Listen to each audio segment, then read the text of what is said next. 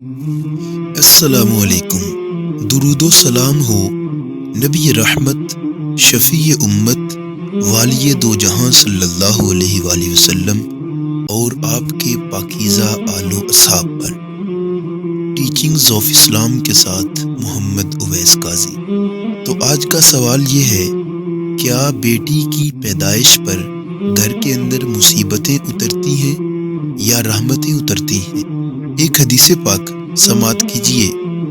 نبی پاک صلی اللہ علیہ وآلہ وسلم نے فرمایا، اذا ولد للرجل غلام، جب کسی انسان کے ہاں کوئی بچہ پیدا ہوتا ہے، بعث اللہ تعالی الیہ ملکا من السماء، تو رب ذوالجلال اس کی طرف فرشتے کو بھیجتا ہے، فقبل بین عینیہ، تو وہ فرشتہ اس بچے کی دونوں آنکھوں کے درمیان بوسہ دیتا ہے، وقال اللہ تعالی یقرئک السلام، اور وہ فرشتہ کہتا ہے کہ خدا تجھے سلام کہتا ہے۔ یہ تو معاملہ تھا ایک بچے کا۔ غلام عربی زبان کے اندر بچے کو کہا جاتا ہے، لیکن اس حدیث پاک کا اس سے ماقبل کا جو جز، اس کو ذرا سماعت کیجئے۔ نبی پاک نے فرمایا، اذا ولدت للرجل جاریۃ، جب کسی انسان کے ہاں اس کے گھر میں بیٹی پیدا ہوتی ہے، تو اس بیٹی کی ولادت پر رب ذوالجلال آسمانوں سے کچھ فرشتوں کو اس گھر میں اتارتا ہے۔ ان فرشتوں کا کام کیا ہوتا ہے؟ یزفون البرکۃ زفا، وہ فرشتے اس گھر میں برکت لے کر آتے ہیں، اس کو برکت کی سوغات دینے کے لیے فرشتے اترتے ہیں۔ وَيَقُولُونَ ضَعِيفَةٌ خَرَجَتْ مِنْ ضَعِيف، اور وہ فرشتے کہتے ہیں کمزور سی مخلوق، ایک کمزور سی مخلوق سے پیدا ہوئی ہے۔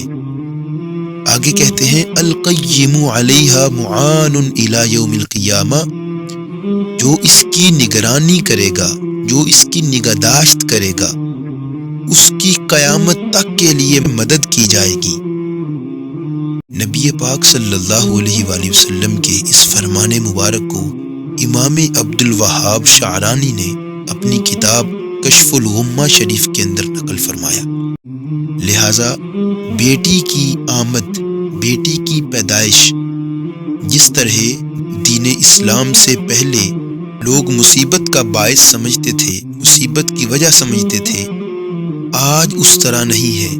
نبی پاک صلی اللہ علیہ وآلہ وسلم نے تشریف لا کر جاہلیت کی اس رسم کو ختم فرمایا، اور بیٹی کی پیدائش پر جو برکات حاصل ہوتی ہیں اس کو اس امت کے لیے بیان فرمایا، تاکہ لوگ اس شش و پنج کے اندر نہ پڑ جائیں کہ کہیں بیٹی پیدا ہوئی ہے تو اللہ تعالیٰ مجھ سے ناراض ہے، بلکہ یہ تقسیم الہی ہے کہ جس کو اللہ تعالیٰ چاہتا ہے بیٹا عطا فرما دیتا ہے، جس کو اللہ تعالیٰ چاہتا ہے بیٹی عطا فرما دیتا ہے۔